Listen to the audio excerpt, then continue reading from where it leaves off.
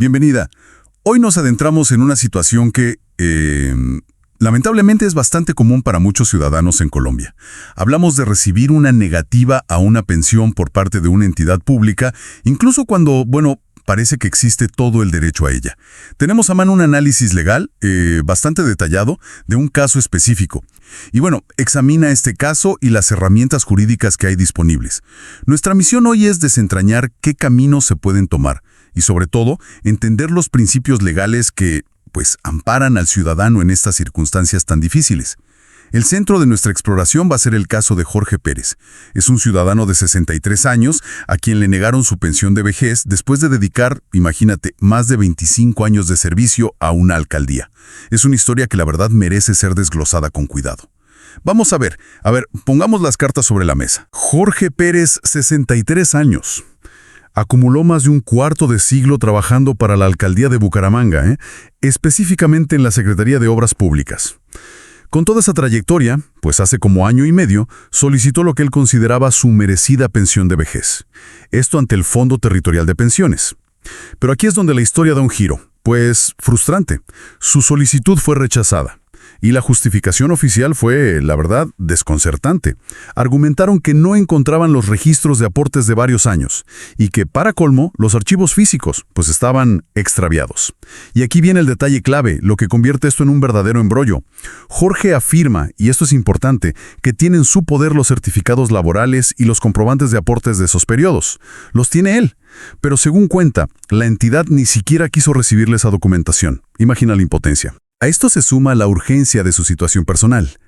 Está desempleado y esa pensión es vital para el sustento de su familia. Parece un verdadero callejón sin salida, ¿no? Exactamente. Y esta situación, aunque es profundamente personal para Jorge, claro, nos lleva de lleno al núcleo del derecho administrativo. Esa resolución que le niega la pensión es lo que conocemos técnicamente como un acto administrativo. Es, digamos, la decisión oficial formal de una entidad pública que tiene efectos directos sobre la situación jurídica de una persona. En este caso, negándole un derecho. Ahora, es crucial entender que este acto administrativo no puede ser un capricho, no puede ser una decisión tomada a la ligera. Debe cumplir con requisitos esenciales para ser válido. Tiene que estar motivado.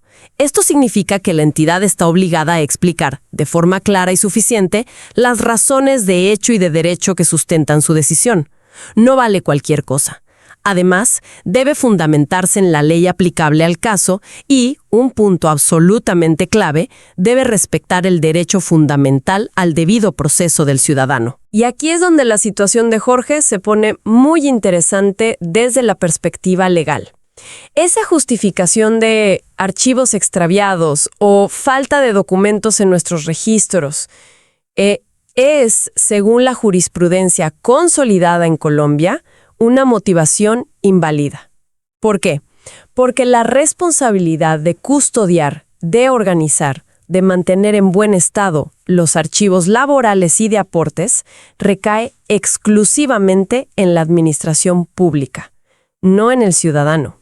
O sea, no se le puede trasladar al solicitante las consecuencias negativas de la propia negligencia o del desorden o de la incapacidad administrativa de la entidad.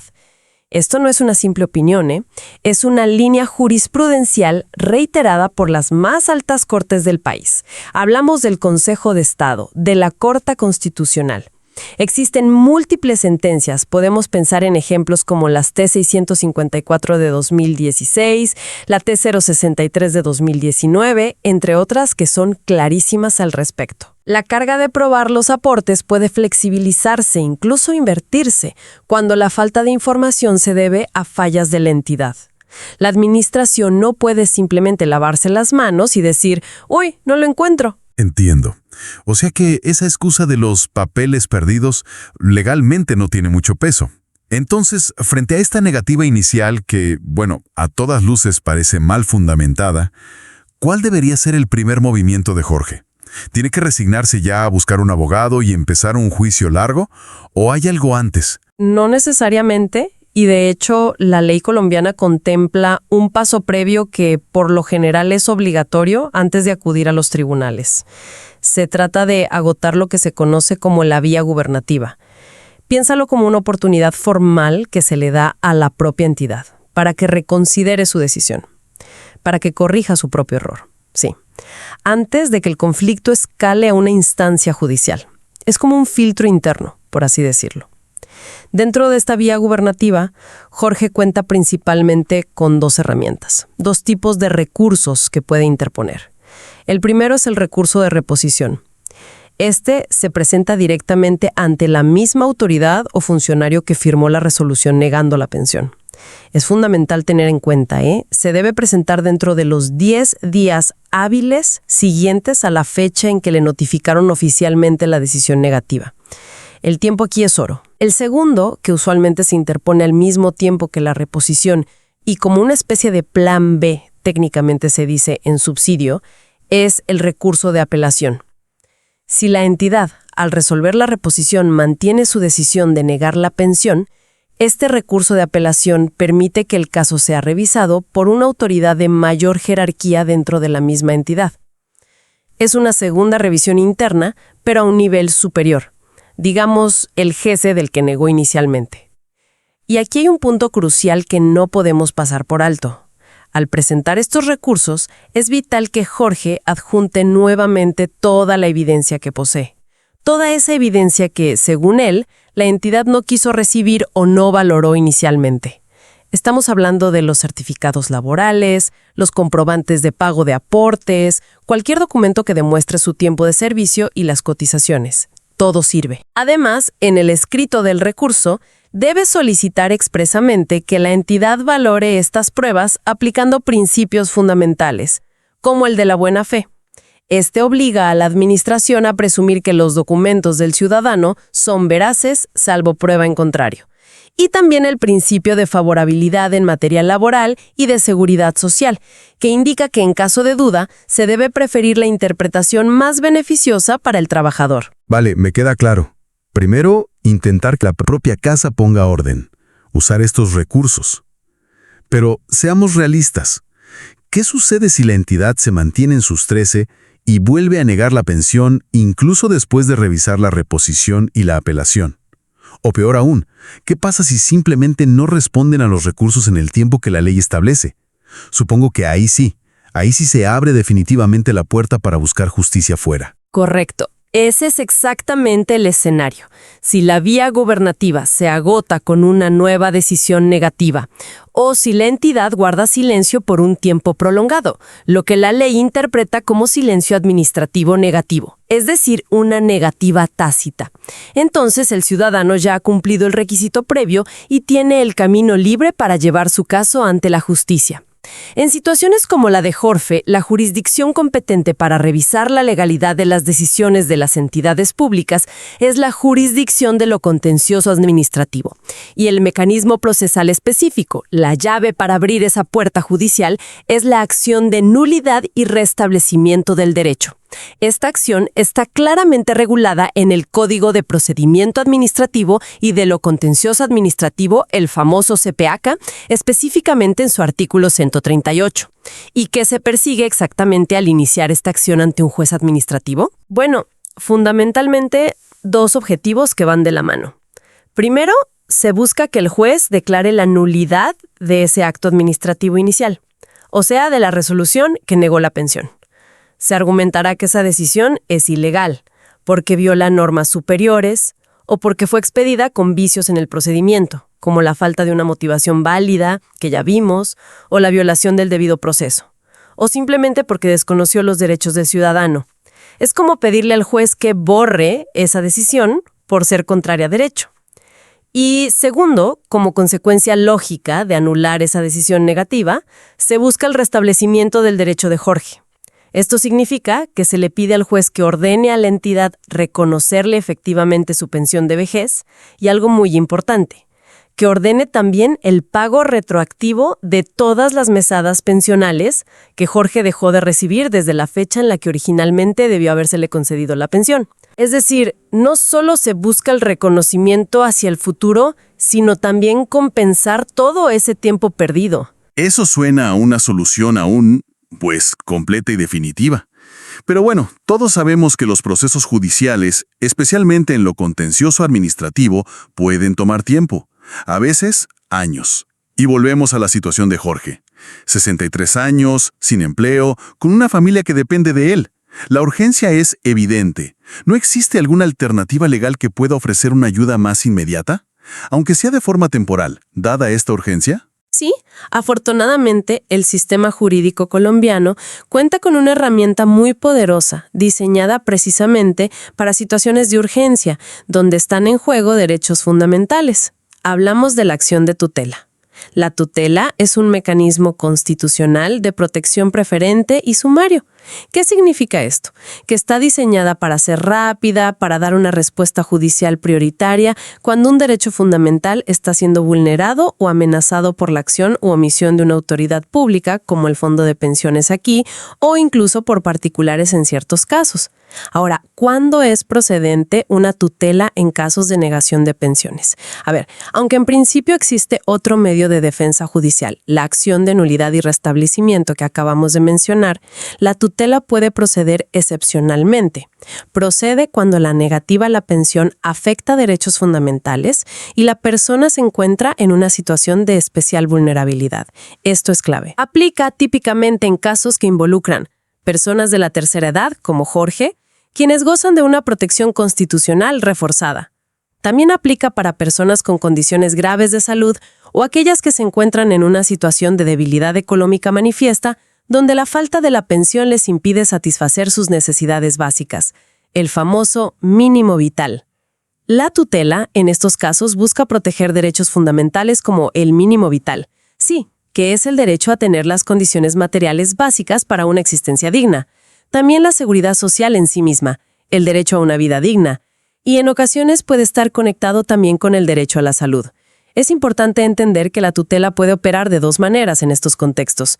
Puede ser un mecanismo transitorio, es decir, el juez de tutela podría ordenar una medida temporal de protección, por ejemplo, ordenar el pago provisional de la pensión mientras el proceso principal ante la jurisdicción contenciosa administrativa sigue su curso, para evitar un daño mayor mientras tanto. O bien, en situaciones donde el perjuicio es irremediable o se demuestra que los otros medios de defensa judicial no son lo suficientemente rápidos o eficaces para proteger el derecho de forma inmediata, la tutela podría incluso convertirse en un mecanismo definitivo y ordenar el reconocimiento pleno de la pensión. La Corte Constitucional ha desarrollado una línea jurisprudencial muy sólida en este tema. Ha dicho una y otra vez que negar la pensión a un adulto mayor que ha cumplido los requisitos y cuya subsistencia depende de esa prestación constituye una vulneración grave de sus derechos fundamentales. Por lo tanto, en un caso como el de Jorge, con su edad, su situación de desempleo, la acción de tutela es definitivamente una vía muy pertinente a explorar, ya sea como medida transitoria o buscando una solución más definitiva si las circunstancias lo ameritan. Vaya. Entonces, la actuación de la entidad que negó la pensión a Jorge, con esa excusa de los archivos perdidos, no fue simplemente un error administrativo, no fue un descuido. Parece que, en el fondo, se estaban ignorando principios legales y constitucionales bastante serios. Exacto. Y eso es lo fascinante aquí, al analizarlo desde una perspectiva más profunda del derecho. Este caso es un ejemplo claro de cómo una actuación administrativa, que parece simple en la superficie, puede vulnerar varios principios constitucionales y legales que se supone deben guiar toda actuación de las entidades públicas. Es como si se hubieran saltado las reglas básicas del juego, ¿no? Mencionemos los más evidentes. Primero, el principio de buena fe.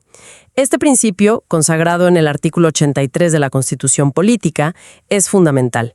Implica que tanto los particulares como las autoridades deben actuar con honestidad, con lealtad, con confianza mutua.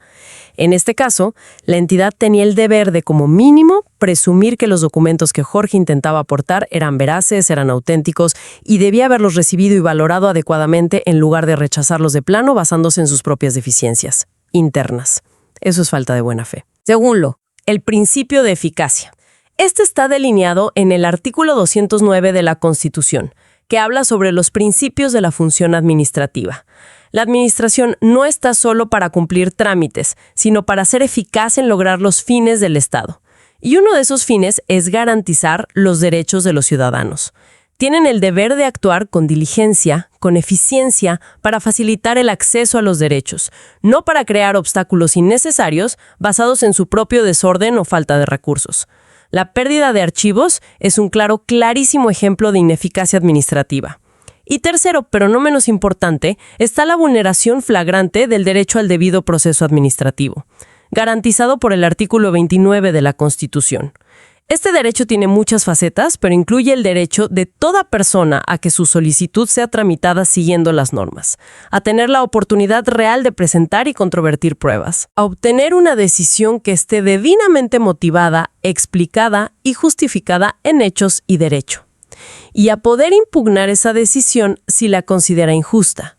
Claramente, negar una pensión vital con el argumento vago de archivos perdidos, sin siquiera recibir o valorar las pruebas que el ciudadano ofrece, es una violación directa a este derecho fundamental. Queda mucho más claro ahora.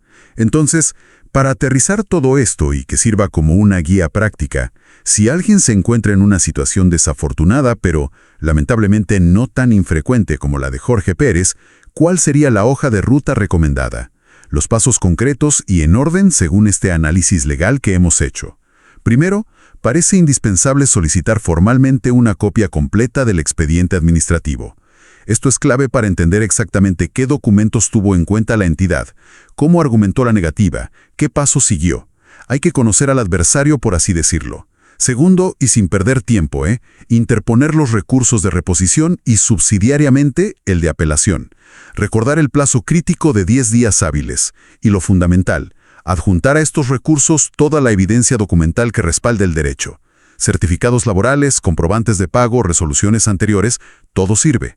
Hay que ser exhaustivos aquí. Tercero, si la vía gubernativa se agota sin éxito, o sea, mantiene la negativa o hay silencio, el siguiente paso es el judicial. Preparar y presentar la demanda de nulidad y restablecimiento del derecho ante la jurisdicción de lo contencioso administrativo. En el caso específico de Jorge, como trabajó en Bucaramanga, el tribunal competente sería muy probablemente el Tribunal Administrativo de Santander. Hay que identificar la instancia correcta. Y cuarto, evaluar seriamente la opción de la acción de tutela, sobre todo si la necesidad económica es apremiante o si la persona pertenece a un grupo de especial protección, como adultos mayores. Esta acción podría buscar una orden judicial provisional que obliga a la entidad a empezar a pagar la pensión mientras se resuelve el litigio principal, o incluso, como decías, una solución definitiva. Es como la vía de emergencia. Exactamente. Esos son los pasos lógicos y las herramientas legales disponibles.